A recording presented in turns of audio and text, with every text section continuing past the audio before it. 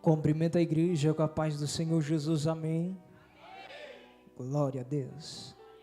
Quem é rápido de endereço, abra sua Bíblia no livro de Apocalipse. Apocalipse, capítulo de número 1, versículo de número 20. Apocalipse, capítulo de número 1, versículo de número 20. A minha tradução é um pouco diferente, é a King James, mas qualquer coisa você pode acompanhar no telão. Quem encontrou Apocalipse capítulo 1, versículo 20, diga amém. Quem ainda não encontrou, diga misericórdia. Glória a Deus. E quem não trouxe Bíblia, acompanha no telão.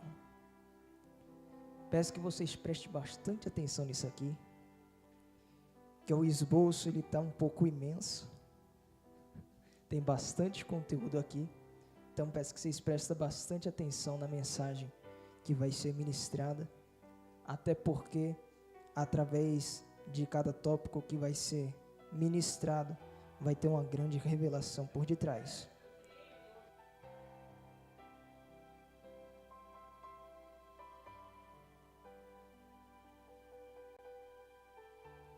Todos encontraram Apocalipse 1, 20? Glória a Deus. Vamos ler. Versículo de número 20. Este é o mistério das 7 estrelas, que viste na minha mão direita, e dos 7 candelabros de ouro. As estrelas são os anjos das 7 igrejas, e os 7 candelabros são as 7 igrejas da Ásia. Somente aqui. Pode fechar sua Bíblia, olhem todos para mim. 5 minutinhos da tua atenção. Eu vou introduzir a mensagem, você vai entender o que Deus quer falar conosco essa noite. Amém ou não amém? Ô glória. Prestem todos atenção aqui. Quando você vai ler o capítulo 1 do livro de Apocalipse, você percebe a apresentação de Deus a João, dizendo a João: João, escreve as revelações que serão mostradas a ti. Só que o mais interessante é que quando você começa a ler do capítulo 1 ao capítulo 2, você percebe que a introdução do livro de Apocalipse começa falando sobre as igrejas. Olhe para cá. Você percebendo que a introdução do livro começa a falar sobre as 7 igrejas, você percebe uma relevância nas 7 igrejas, mostrando que as 7 igrejas ela tem uma importância muito grande sobre a fundação do Apocalipse, até porque as 7 igrejas, se você for parar para analisar, ela não é somente a história de igrejas antigas e algum de seus costumes. A apresentação das 7 igrejas da Ásia mostra um contexto, aleluia, tanto antigo quanto também moderno. Por quê? Porque as igrejas da Ásia mostram de forma messiânica que as igrejas de hoje em dia também são parecidas com uma das 7 igrejas da Ásia. E você percebe que as 7 igrejas da Ásia ela tem muita coisa em comum com as igrejas de hoje em dia. Tanto que quando você vai olhar o capítulo de número 2, você percebe que as características dos povos das igrejas da Ásia é muito idêntica ou parecida até mesmo com as nossas próprias características. E quando você para olhar isso, você percebe que a influência das igrejas, elas vinham acerca de questões culturais, econômicas e religiosas, que influenciam como que os cristãos daquela época se comportavam. Então, muito das igrejas que você vai olhar no capítulo 2 ao capítulo 3, eles tiveram influência desses 3 fatores para serem de como eles eram. para mostrar como que era a personalidade deles. Tanto que algumas igrejas se encontravam em culturas que eram totalmente pagãs. E você olha que as igrejas, quando elas recebem a palavra de Cristo, elas recebem a palavra de Cristo, mas alguns ainda permanecem nos costumes antigos das igrejas pagãs. Com isso, você percebe que é apresentado no versículo de número 20, acerca do candelabro. E Natan, por que você leu o capítulo 1, versículo 20 e já não partiu para o capítulo 2 primeiro, que já fala sobre a primeira igreja? Porque o capítulo 1, versículo de número 20, ele mostra uma coisa que é muito importante você dar uma grifada a isso na sua Bíblia. Por quê? Porque o versículo 20, coloca aí, Ju, versículo 20, ele mostra algo que está relacionado a todas as igrejas. E o que é? O candelabro. Olha lá, e este é o mistério das 7 igrejas, que simboliza o quê? As igrejas. E os 7 candelabros. O que são esses candelabros? Cada candelabro, aleluia, ou melhor dizendo, o candelabro, se você for parar para olhar, o candelabro ele é como se fosse uma vela de 7 pontas. E essa vela de 7 pontas, ela não foi feita vagamente, ela tem um simbolismo. E qual que é o simbolismo da vela de 7 pontas chamada candelabro, Natan? Cada pontinha daquele candelabro simboliza um dos espíritos de Deus. E esses espíritos de Deus, eles estão relacionados à administração de cada igreja. Opa, calma aí. Então você percebe que a cada igreja foi dado um candelabro. Por quê? Porque o versículo não fala que foi um candelabro para 7 igrejas. Foram 7 candelabros para cada uma delas. O que mostra que cada igreja tinha os 7 Espíritos de Deus, mostrando assim a iluminação e a revelação de Cristo dentro da igreja. Ou seja, as igrejas não estavam desprovidas do Espírito Santo, ou muito menos desprovidas da palavra. Só que as pessoas que estavam nas igrejas, elas tinham problemas pessoais e culturais que começavam a ter conflitos com a sua fé. Então aí você já acha a primeira. E Natan, quais são os 7 Espíritos de Deus? O primeiro Espírito de Deus, se você tiver caderninho, eu esqueci de falar que essa mensagem aqui que eu preparei precisa de caderninho para você entender. Vou deixar você pegar o caderninho, vou até pegar uma aguinha aqui.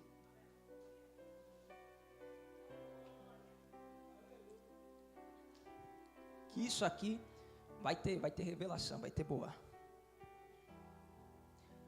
Quais são os 7 Espíritos de Deus? O primeiro Espírito de Deus é o Espírito de sabedoria. Natan, e qual que é a função do Espírito de sabedoria? O Espírito de sabedoria, ele tem a capacidade de discernir e aplicar o conhecimento de Deus em todas as suas áreas de vida. Então o Espírito de sabedoria é aquilo que vai te mostrar, aleluia, vai te revelar através do conhecimento de Deus, como que você deve se comportar, aonde você deve caminhar, como que você deve, aleluia, se portar. Então o Espírito de Deus é o primeiro Espírito de Deus é o Espírito de sabedoria, capacidade de discernir e aplicar o conhecimento de Deus em todas as suas áreas da vida. Isso mostra a importância também de você saber aplicar o conteúdo bíblico em relação à sua vida. Segundo Espírito, o Espírito de entendimento, que é a capacidade de compreender profundamente as verdades espirituais e as implicações da palavra. Então você percebe que, segundo o Espírito, espírito de entendimento, capacidade de compreender profundamente as verdades espirituais e suas implicações. Você consegue ter uma visão mais aberta, aleluia, ao que está acontecendo no seu contexto de vida, mas de forma espiritual. Você consegue entender se o que você está sofrendo é algum tipo de ataque do maligno e de qual maligno que é, além de entender o seu contexto de vida. Então, a pessoa que ela não tem o espírito de entendimento é uma pessoa que passa um monte de coisa na vida dela e ela não entende se aquilo tem origem espiritual ou se tem origem nas suas próprias consequências. Então, o espírito de entendimento vai te dar essa clareza, mostrando para você, aleluia, se aquilo que está tendo influência na sua vida é espiritual ou se é físico. Terceiro espírito, espírito de, aleluia, conselho, que é a capacidade de dar conselhos sábios e orientação divina. Espírito de conselho, capacidade de dar conselhos sábios e orientação divina.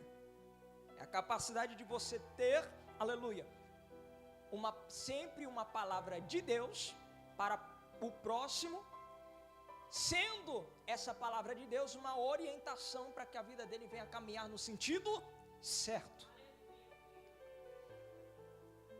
Todo mundo anotou? Quarto espírito, espírito de fortaleza. A capacidade de resistir às dificuldades e permanecer na fé. Quarto espírito, espírito de fortaleza. A capacidade de conhecer, aleluia, de resistir às dificuldades e permanecer na fé. Então, se você tem, aleluia, força para continuar, o espírito de fortaleza está sobre você. Quinto espírito, espírito de conhecimento, capacidade de conhecer a Deus e as suas verdades, bem como a história da humanidade. O que é isso? Revelação, profecia. Esse é o espírito de conhecimento. Quando você tem um espírito de conhecimento, você está mais suscetível a entender, aleluia, o profundo do coração do seu próximo e até mesmo compreender mais a Deus. Espírito de conhecimento. Sexto espírito, espírito de temor a Deus. Capacidade de ter, aleluia, um profundo respeito e reverência e amor por Deus. Tem gente que não tem esse espírito, é incrível. Espírito de temor a Deus, capacidade de ter um profundo respeito, reverência e amor por Deus. Sete e último espírito, espírito de piedade, capacidade de ter compaixão e bondade pelo próximo, refletindo a natureza de Deus. Vou repetir. Sétimo espírito, espírito de piedade, que é a capacidade de ter compaixão e bondade pelo próximo, refletindo a natureza de Deus. Ou seja, quando você tem empatia, quando você tem compaixão, quando você tem amor pelo seu próximo, isso é a manifestação do sétimo espírito de Deus, o espírito de piedade, que mostra a natureza de Deus, revela a natureza de Deus dentro de você. Anotando tudo isso e compreendendo tudo isso, a gente vê a importância de entender acerca do candelabro. Por quê? Porque o candelabro e cada um desses espíritos foi entregue às 7 igrejas da Ásia. Então você percebe que as 7 igrejas da Ásia, ela tinha, aleluia, uma boa orientação espiritual. Eles tinham, aleluia, a ação de Cristo se movendo entre eles. Só que aí, você olha, aleluia, o capítulo de número 2. E nós, só de saber sobre os sétimos espíritos, a gente pensa que logo de primeira a igreja vai ser uma benção. Só que logo no capítulo 2, ao invés da gente ver uma ação plena sobre os 7 espíritos de Deus entre a igreja de Éfeso, a gente já vê a primeira baderna na igreja. Por quê? Porque no capítulo de número 2, você olha lá e você vê conheço as tuas obras, teu trabalho árduo, com tua perseverança, que não pode tolerar pessoas mais, que puseste as provas aqueles que se declaram apóstolos, mas não são, e descobriste que eram impostores. Aí você olha no versículo 4, entretanto, tenho contra ti o fato de que abandonaste o teu primeiro amor. Então você percebe a primeira manifestação de alguém que não está tendo uma relação, aleluia, espiritual com Deus. E quando você olha a relação espiritual de alguém para com Deus, a primeira coisa que acontece é a desorganização. Eu vou repetir. Quando você não tem uma relação muito boa, plena com Deus, a primeira coisa que acontece é a desorganização.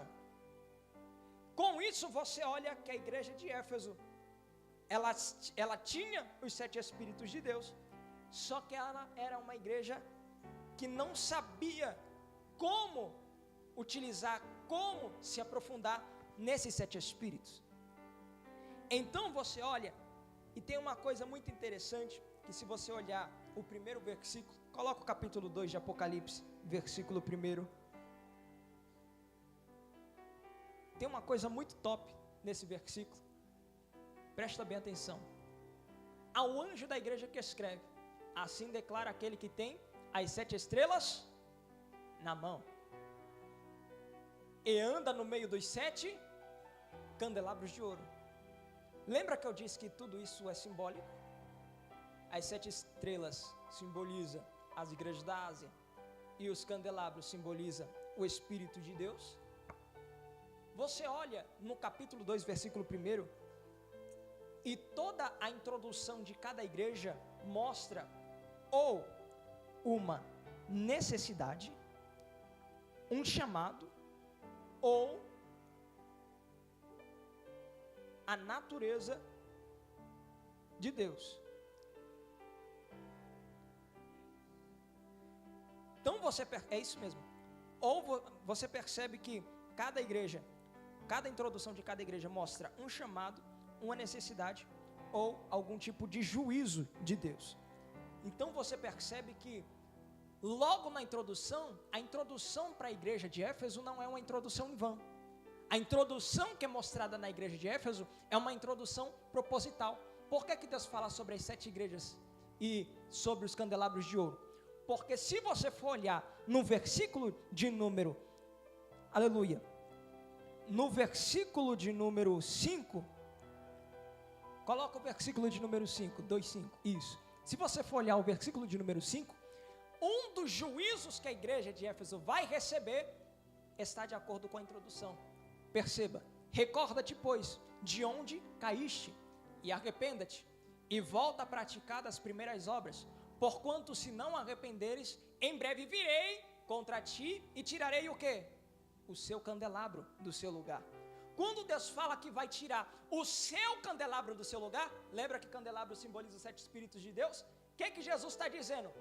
Se vocês não voltarem ao primeiro amor, eu vou retirar a providência do Espírito, a ação de Cristo e toda a providência do céu da igreja de vocês. Então você percebe que é proposital. Deus, ele mostra um sentido que a igreja está vivendo, e com isso você percebe um juízo ou uma bênção da parte de Deus. Quem está entendendo até aqui? Vocês não vão dormir não, vigia, anota, pega a caneta, pega papel, que aí você não se perde, tá bom?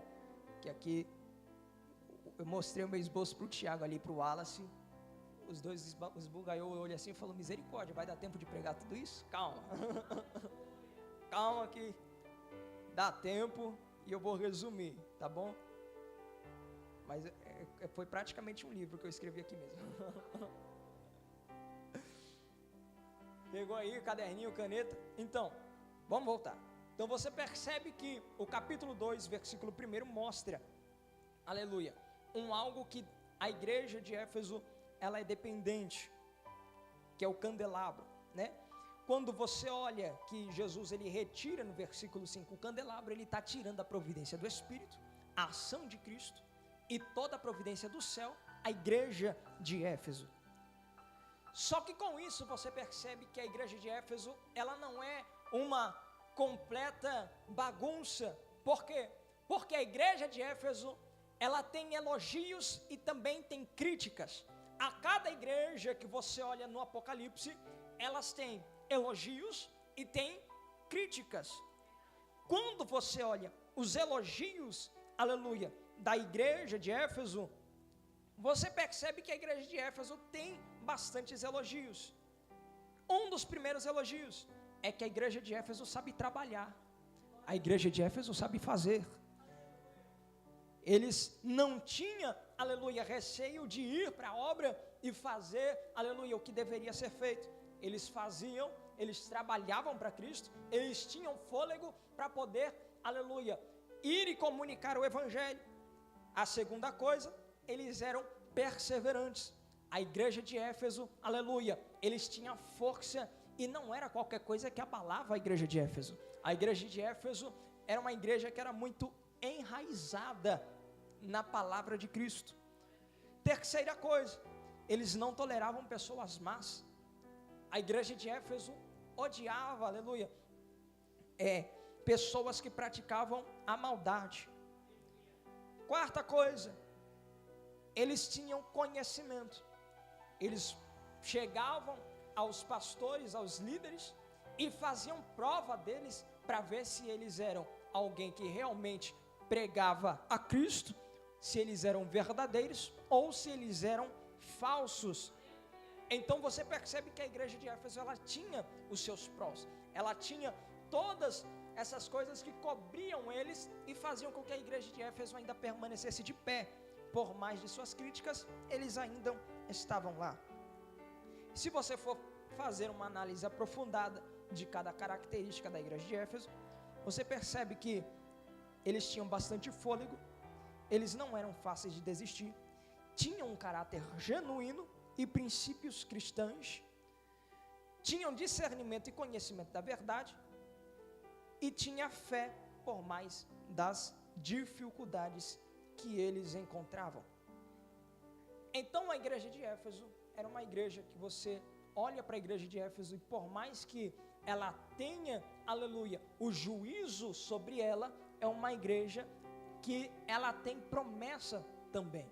É uma igreja que também tem características boas, que aqui entre nós, se a gente fosse espelhar somente nas características boas, não nas ruins, se a gente fosse espelhar nas características boas de Éfeso, a gente seria uma das igrejas mais top, não igrejas assim de templo, mas igrejas nós mesmos, uma das pessoas mais tops e bem estruturadas na fé, se a gente fosse observar e aplicar as características de Éfeso em nossa vida.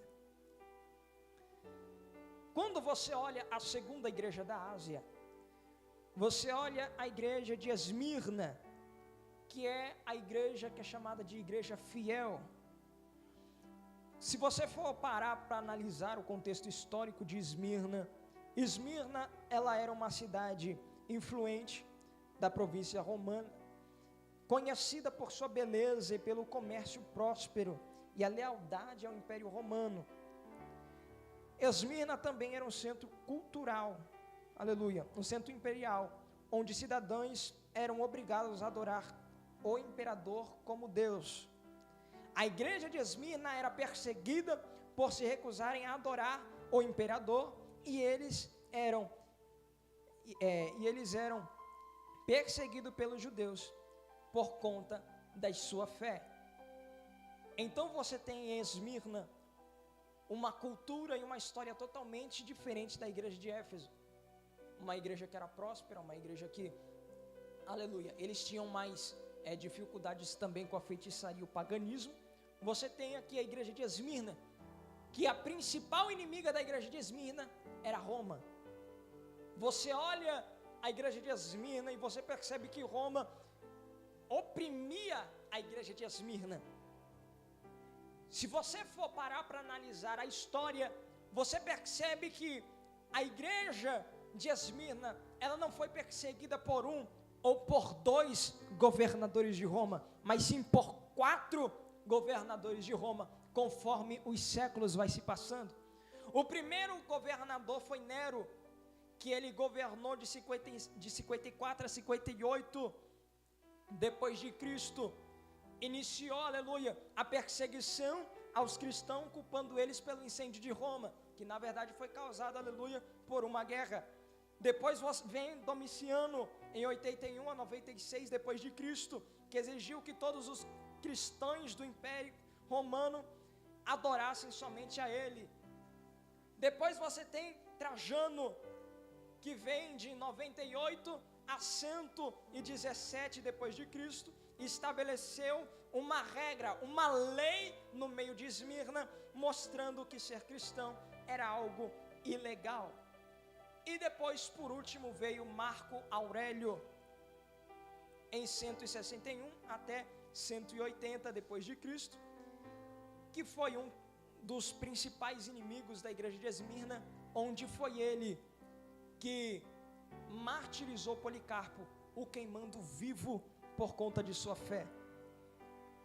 Por conta da cultura e do local, da geografia em que Esmirna se encontrava, você percebe que a igreja de Esmirna, ela enfrentava muitas coisas, e tinha gente dentro da igreja de Esmirna que não aguentava, não suportava, aleluia, a pressão e a opressão da igreja de Roma, e foram justamente essas pessoas da igreja de Esmirna que começaram, aleluia, a se afastar da verdade, e assim fazendo com que eles começassem a praticar, aleluia, o paganismo, dentre outras coisas. Com tudo isso, você percebe que as igrejas, elas tinham essas dificuldades culturais e geográficas. Essas dificuldades eram os principais motivos, um dos principais motivos, para que as igrejas tivessem a sua fé abalada, fazendo ele se distanciar da verdade e viver na mentira. Aqui você tem também a terceira igreja da Ásia, Pérgamo, que é a igreja que ama ou gostava dos seus coaches. A igreja de Pérgamo adorava os seus pastores. Era a igreja que era a famosa igreja do comichão. Eu gosto daquele pastor porque ele prega do jeito que eu gosto. Eu vou escutar a mensagem daquele pastor porque ele fala do jeito que eu gosto. Ele ministra a mensagem que eu gosto. Ele tem, aleluia, o jeito que eu gosto. A forma em que ele prega é uma forma que eu gosto. Então, vai ser aquele pastor em que eu vou assisti-lo, que eu vou segui-lo. Então, a terceira igreja, igreja de Pérgamo, a igreja que idolatra seus pastores. Você percebe que a igreja de Pérgamo, ela cresce de forma doente por conta de adorar aos seus pastores e assim fazendo com que eles amassem falsas doutrinas e falsos profetas. A igreja de Pérgamo, ela tinha um problema tão grande com seus pastores que eles começavam a idolatrar a eles e eles não percebiam que algum de seus líderes estavam sendo infiltrados na igreja para que eles viessem escutar a mentira. Então eles passavam a se afastar da verdade de Cristo, não por conta do pecado, não por conta, aleluia, de seus atos, mas por conta que eles gostavam da mensagem que escutavam. E muitas das vezes, quando você olha em Esmirna, a mensagem que eles escutavam não era uma mensagem de verdade, não era uma mensagem que provinha de Cristo, não era uma mensagem, aleluia, que vinha, aleluia, do coração de Deus. Por isso a importância de nós termos o discernimento, de você olhar não para quem está pregando, mas o que está sendo pregado. A importância de você olhar não quem é que está ministrando, mas aquilo que está sendo ministrado. Por quê? Porque dependendo se aquilo que estiver sendo ministrado for verdade ou for mentira, se você escutar ou acatar aquilo, aleluia, a sua vida, ela pode ser bagunçada. Então você tem que saber o que está sendo pregado, você tem que saber o que está sendo ensinado, para que a sua vida não venha, aleluia, se afastar da verdade.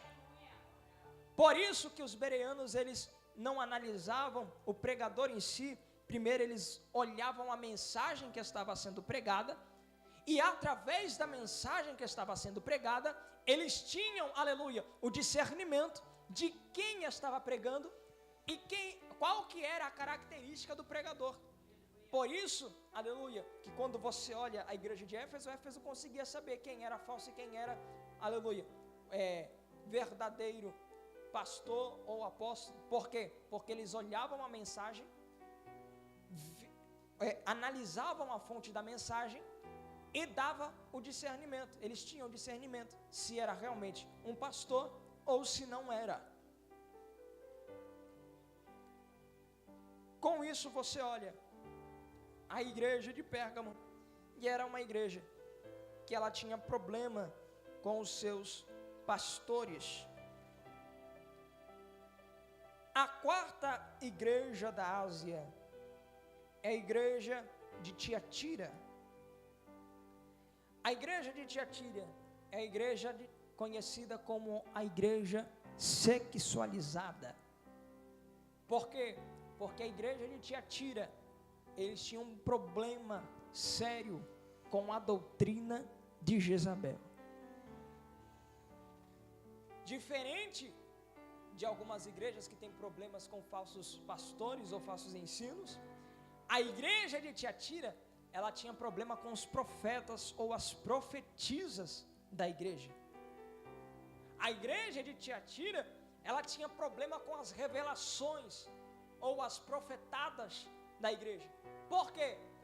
Porque a igreja de Tiatira, quando estava tendo culto maravilhoso, cheio do poder de Deus, mas aí levantava uma mulher dizendo que era o Espírito de Deus, levantava o dedinho, e quando ia profetizar, não profetizava nada de Deus, mas sim dava instruções para sexualizar as pessoas e fazerem elas caírem na lascívia.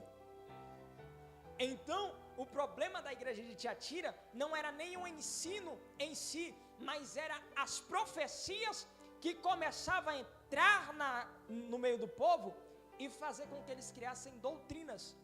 Perceba que a igreja de Tiatira não tinha doutrina bíblica, tinha doutrina revelada. O problema disso, a igreja de Tiatira não tinha uma instrução bíblica, ela tinha instrução profética. E com essas instruções proféticas, eles acabavam, aleluia, se afastando de tal forma em que eles começavam a praticar a imoralidade sexual, o paganismo, idolatria, e além disso, comer comidas que eram sacrificadas a outros deuses. Por quê? Por causa de alguém que se diz profeta e começa a criar doutrinas. Por causa de alguém que se diz profeta e fala para o pastor: pastor, coloca aí como doutrina, é proibido usar brinco, é proibido raspar a cabeça, é proibido fazer barba, é proibido, aleluia, usar calça. Se você usa tatuagem, você vai para o inferno. Por quê? Porque Deus me revelou. E tem mais, Deus me revelou mais.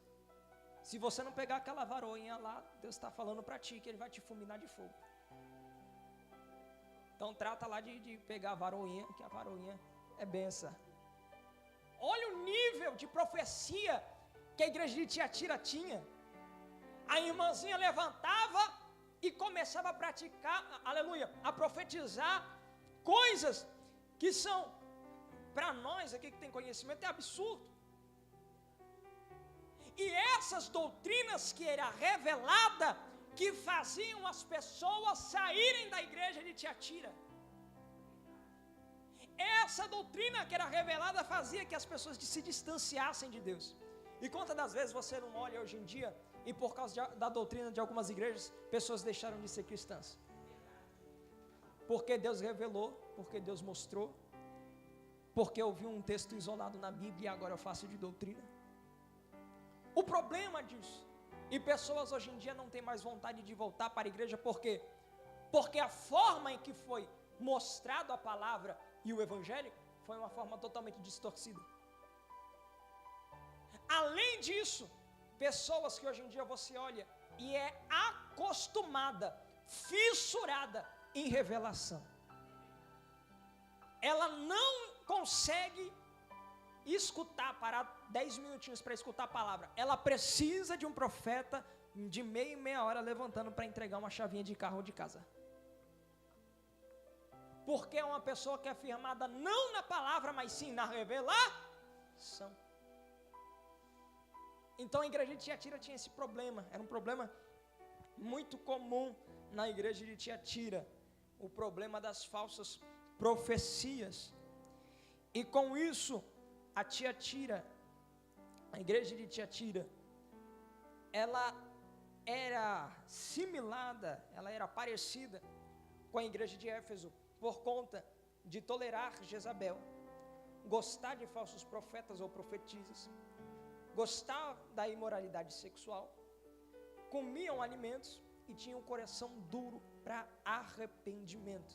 Era uma igreja, se você for parar para olhar, aleluia, a igreja de Tiatira, você percebe que a igreja de Tiatira, Deus deu tempo. Deus falou para a igreja de Tiatira: eu te dou tempo para que vocês venham se arrepender. Mas o texto mostra que a igreja de Tiatira rejeitou o arrependimento. Então é a igreja que tinha um coração duro. Eles gostavam de profecia, mas não gostavam do dono da profecia. A igreja de Tiatira, sendo a igreja sexualizada. Quinta igreja da Ásia, Sardes, a igreja que era fria espiritualmente, a igreja que tinha problemas espirituais, diferente da igreja de Éfeso, que era uma igreja que tinha problemas mais com as suas obras do que com a sua fé em si. A igreja de Sardes era uma igreja que tinha problema espiritual. Eles não tinham problema com obras, eles tinham problema espiritual. E o problema espiritual de Sardes era um problema tão grande que Sardes, ela não conseguia enxergar o mundo espiritual à sua volta. Além de ser uma igreja que estava desanimada, eles perderam a vontade, a força de caminhar na fé. Então a igreja de Sardes, por conta da falta de força, por conta da falta de motivação, a igreja de Sardes passou a ser uma igreja fria espiritualmente, fazendo assim com que a igreja de Sardes perdesse, aleluia, a sua intimidade com Deus e começasse a se esfriar na fé, fazendo com que elas se afastassem da oração, se afastassem da palavra e começassem a viver de forma natural. Então era uma igreja naturalista, era uma igreja que vivia de forma comum. Você olhava para a igreja de Sardes na rua e não conseguia discernir se era crente ou se era mais uma pessoa do mundo. Você olhava para a igreja de Sardes na rua e você não conseguia ter, aleluia, ali a interpretação se aquilo dali era um desviado ou se aquilo era realmente um cristão. E hoje em dia não é diferente. Tem muitos cristãos que você olha assim e fala: aquilo dali deve estar com o pé no mundo, mas não, aquilo dali está em cima do altar. Aí você olha para outras pessoas, você olha assim e fala: nossa, aquela dali tem um brilho diferente, mas na verdade está fora da igreja, né? Então você percebe que a igreja de Sardes era uma igreja que tinha ali, vamos se dizer, é uma igreja que tinha um pé no mundo, é uma igreja fria, uma igreja que não mostrava, aleluia, que tinha uma intimidade relevante com Deus. Penúltima igreja da Ásia, a igreja de Filadélfia, a igreja perseverante. A igreja de Filadélfia, diferente das outras igrejas, ela não tem um contexto histórico muito esclarecido. Se você for parar para olhar a história de Filadélfia, não tem muita coisa falando sobre, mas você sabe que era uma cidade onde habitava a maioria dos cristãos. A igreja de Filadélfia era uma cidade onde mostrava que a fé estava um pouco, vamos dizer, que tinha mais abundância de fé naquele lugar. Tanto que é bem interessante que quando você vai olhar no capítulo 3, versículo 7, sobre a igreja de Filadélfia, Jesus ele já começa com promessa para a igreja de Filadélfia. A introdução da igreja de Filadélfia é uma introdução com promessa. Ele não chega para Filadélfia mostrando algum tipo de coisa que a igreja de Filadélfia ia ser julgada ou ia perder, mas ele mostra uma promessa logo na introdução. Por quê? Isso até parece que é bem relativo, porque se você for olhar para um ambiente que tem mais cristão do que mais ímpios, você percebe que a fé das pessoas é mais forte. Agora, se você for olhar num lugar que tem poucos cristãos e mais ímpios, você percebe que tem uma batalha espiritual um pouco mais forte e acerca de pecados mais esculachados no meio dos cristãos. Então, por isso que a igreja de Filadélfia é uma igreja que era fiel. Por quê? Porque é fácil. Você está no meio de cristão, você permanece cristão. Você está no meio dos crentes, você permanece crente. Mas se for só você sozinho, no meio de todo o paganismo, já fica um pouco mais difícil. Perseguição, calúnia, mártire. Então, você percebe que é um pouco mais complicado. Mas, por conta de ser um pouco mais complicado, a promessa que é entregue é um pouco maior do que a promessa que a igreja de Filadélfia recebe. E qual que é a promessa que a igreja de Filadélfia recebe? A promessa de que a porta está aberta para eles. Diferente das outras igrejas em que uma vai perder o candelabro se não se converter, a outra, o próprio Deus vai lutar contra ela, outra que que se eles não se arrepender vai ser lançado no inferno. A igreja de Filadélfia ela já recebe a porta aberta logo de início. Por quê? Porque elas permaneceram fiéis. E a última igreja, a igreja de Laodiceia, conhecida como a igreja morna, ou a igreja raimunda, pé na igreja, pé no mundo, oh glória. Então você percebe que a igreja de Laodiceia era uma igreja que tinha problemas em permanecer no culto e fora do culto. Porque no culto ela era cristã, na igreja é crente, mas fora da igreja não é crente. Na igreja dá glória, aleluia, mas fora da igreja fuma um cigarro e toma uma cerveja. Então essa era a igreja de Laodiceia. E é uma igreja que, se você for analisar o contexto espiritual dela, era uma igreja que, por conta de ter essas oscilações na fé, era uma das igrejas que Deus tinha mais nojo. É isso mesmo, nojo. Deus tinha nojo da igreja de Laodiceia. Tanto que no versículo de número 12, cadê? Versículo de número 16, 3:16. O texto vai dizer que Deus vomita a igreja de Laodiceia, mostrando assim o efeito de que uma vida oscilante causa em Deus. Uma vida oscilante causa em Deus enjoos e vontade de vomitar. Por isso que é importante sempre manter uma vida contínua. Tá devagar, mas continua. Tá rápido, continua. O importante é você continuar. Tá sempre indo para cima e não baixo, cima, baixo, cima, baixo, cima. Que isso causa realmente um enjoo em Deus. Quando você olha o contexto histórico de Laodiceia, você percebe que a igreja de Laodiceia, ela tinha problemas com águas, fontes. A igreja de Laodiceia, a cidade de Laodiceia, era uma cidade que ela não tinha água, era uma cidade seca. Então, quando você vai olhar, a igreja de Laodiceia, ela faz um acordo com Hierápolis e com Colosso. Para quê? Para que eles viessem dividir a água deles com a cidade de Laodiceia. Só que tem uma diferença. Em Hierápolis, as águas eram frias, eram geladas, boas para se beber, boa para tomar. Só que em Colosso, as águas eram quentes, boas para, aleluia, tomar banho. O povo tomava banho naquelas águas termais para, todo mundo já fez isso aqui, né? Tá com dor na coluna, dor nos ombros, toma um banho quente que resolve. Era a mesma coisa em Colosso. A água, por ser uma água quente, se tinha alguém que tinha algum tipo de enfermidade ou dor muscular, eles tomavam banho naquelas águas termais e a dor deles passava. Então Laodiceia, na sua plena cabeça, eles olham assim e falam, uma é boa para tomar, a outra é boa para tomar banho. 2 mais 2 é igual a 4, vai sair uma água perfeita.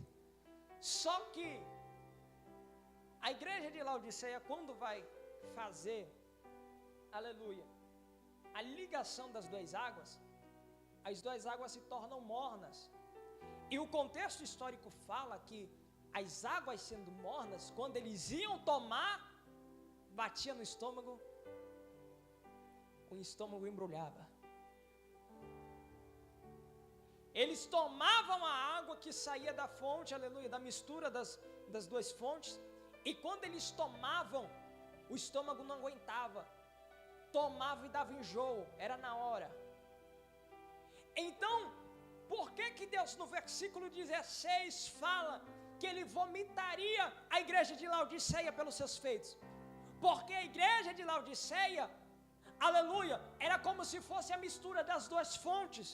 Por conta delas não permanecer nem lá e nem cá, esse era o efeito que fazia em Deus também. Era o mesmo efeito de uma água morna que causava em Deus. Deus sentia a adoração da igreja morna e sentia vontade de vomitar. Por quê? Porque em Deus também causava o mesmo efeito. Por isso que é importante você parar para analisar também como que a sua adoração está subindo a Deus. Por quê? Porque eu acho que você já está enjoado de saber, ou eu falar, que a adoração, ela não vem, aleluia, através do que você fala, ou do que você faz, mas sim do que você sente. E a adoração, ela depende daquilo que você sente.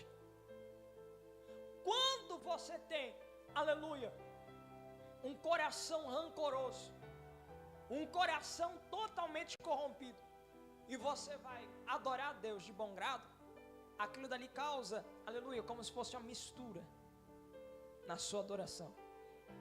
Por isso que até mesmo quando, isso aqui é top demais, quando fala sobre dízimos e oferta, se você tem, aleluia, um problema com seu irmão, e você vai dizimar, a Bíblia é top nisso.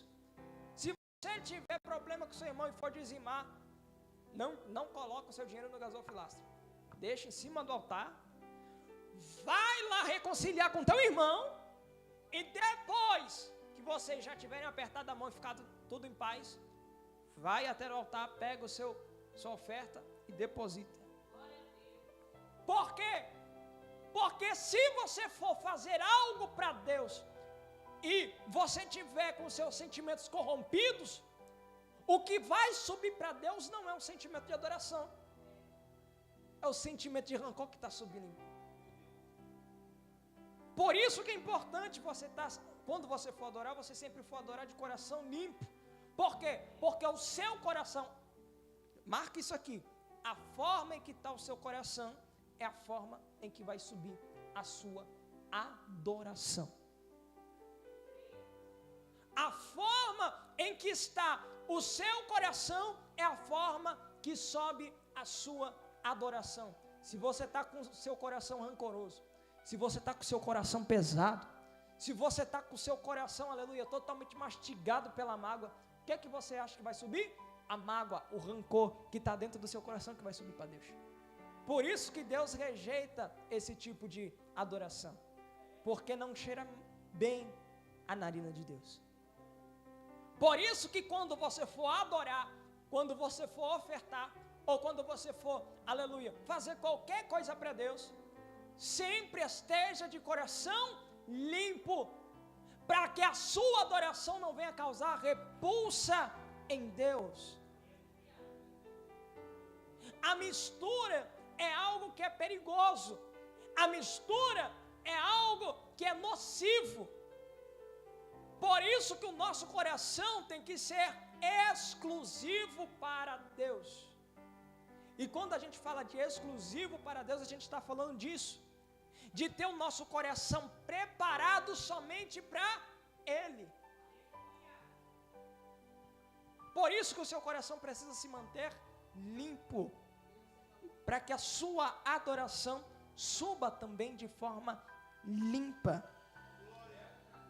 Você olha o contexto de todas essas igrejas e você percebe que todas elas têm, aleluia, algum tipo de pró, algum tipo de contra, tirando ali a igreja de Filadélfia e também a igreja de Pérgamo, que são as duas igrejas que não recebem críticas, a igreja que só recebe elogios. Você percebe que as outras igrejas, elas têm prós e contras. Mas se você for focar nos prós de cada igreja, a sua vida espiritual vai começar, aleluia, a se tornar melhor. Porque tem igrejas aqui, não aprofundei tanto, que senão ia tomar mais ou menos 1h30 aqui. Mas aqui, se você for olhar para o contexto de algumas igrejas, elas tinham problemas sérios com o seu contexto de vida. Cada igreja tinha um problema sério com tudo aquilo que estava em volta deles. Se você for parar para analisar cada igreja, você percebe, aleluia, que tem igrejas, uma das coisas que eu acho mais terrível, é que tem uma dessas igrejas que adora, ama a doutrina dos nicolaítas. Natão, o que é a doutrina dos nicolaítas? A doutrina dos nicolaítas era uma doutrina que foi criada dentro das igrejas, que faziam com que algumas pessoas de lá gostassem do que era do mundo, e pelo fato delas gostar do que é do mundo, elas querem encaixar na igreja. Isso é a doutrina dos nicolaítas, é o mundanismo dentro da igreja. E alguma dessas igrejas gostava, amava a doutrina dos nicolaítas. Quando você olha o texto que Paulo fala acerca de como ele conseguia os judeus e os romanos, ele fala: me fiz de judeu para conseguir os judeus, me fiz de romano para conseguir os romanos, me fiz de ímpio, de gentil para conseguir os gentis. O que Paulo está dizendo? Que ele realmente praticava o que os gregos ou que os gentios praticavam? Não. Paulo tinha estratégia para se infiltrar em cada canto, em cada lugar, sem se corromper, mas deixando que o seu público esteja à vontade para escutar a palavra do Evangelho. Sabe o que é isso? A mesma coisa que aconteceu, aleluia, quando Paulo ele foi ministrar no meio do Areópago. Paulo era filósofo? Não. Paulo era, aleluia, romano? Não. Mas o que Paulo fez? Eu conheço Zeus, eu conheço Hades, eu conheço Poseidon, eu sei como é que é a característica deles, e também conheço o Deus desconhecido, que eles estão ali, olhando. Paulo, ele teve uma ideia top. Eu vou lá, vou falar como eles, vou me portar como eles, mas eu não vou fazer como eles. Paulo, ele sabia se misturar, sem ser misturado, sem se corromper. Isso é se fazer de gentil para conseguir gentil, se fazer de grego para conseguir os gregos. É você ter habilidade para se misturar sem fazer parte. Era isso que Jesus fazia. Ele conseguia chegar nos lugares, ele conseguia, aleluia, chegar em publicanos, samaritanos, sem, aleluia, se sujar com as práticas deles. Tanto que se você for olhar nos evangelhos, o povo olha assim para Jesus e fala: ué, mas não é aquele que anda com os publicanos? Não era ele que andava com as meretrizes? como é que ele quer falar da palavra para nós? Mas na verdade aquilo mostra em que Jesus ele conseguia todos aqueles em que ele sentava junto. Mulher do poço, ao invés de se tornar mais um dos maridos dela, ele se tornou, aleluia, o libertador da vida dela. Então é a arte de você saber chegar, saber se misturar. Isso, aleluia, é o que é se fazer de judeu para conseguir os judeus. Então o povo, eles pegavam essa palavra de Paulo, já que é para se fazer de judeu, vamos botar um barril de cachaça no meio da igreja. Não sou contra, tem igreja que gosta. Vamos colocar aqui um barrilzinho, coloca aí um monte de fumaça, muito fogo saindo do altar, mas não é fogo de Deus não, é fogo mesmo de chumbinho ali. Vamos colocar agora uma baladinha, um funk gospel, e aí a gente vai conseguir os funkeiros. Os nicolaítas era tipo isso. Vamos colocar aí um barzinho no canto da igreja, com bebida que não é alcoólica, mas pode ter uma cervejinha sem álcool ali. Coloca um sertanejo na igreja aí, um gospel sertanejo, que a gente vai conseguir o povo do sertanejo. Isso é a prática dos nicolaítas, o mundanismo. Eles pegavam o que era de fora e queriam encaixar no que é de dentro. É a prática dos nicolaítas. Então você percebe que as igrejas elas tinham muitos problemas, mas aqueles que permanecem separados, tendo conhecimento e mantendo os 7 Espíritos de Deus, são aqueles que permanecem, aleluia, para sempre na palavra do Evangelho. Fique-se de pé quem puder.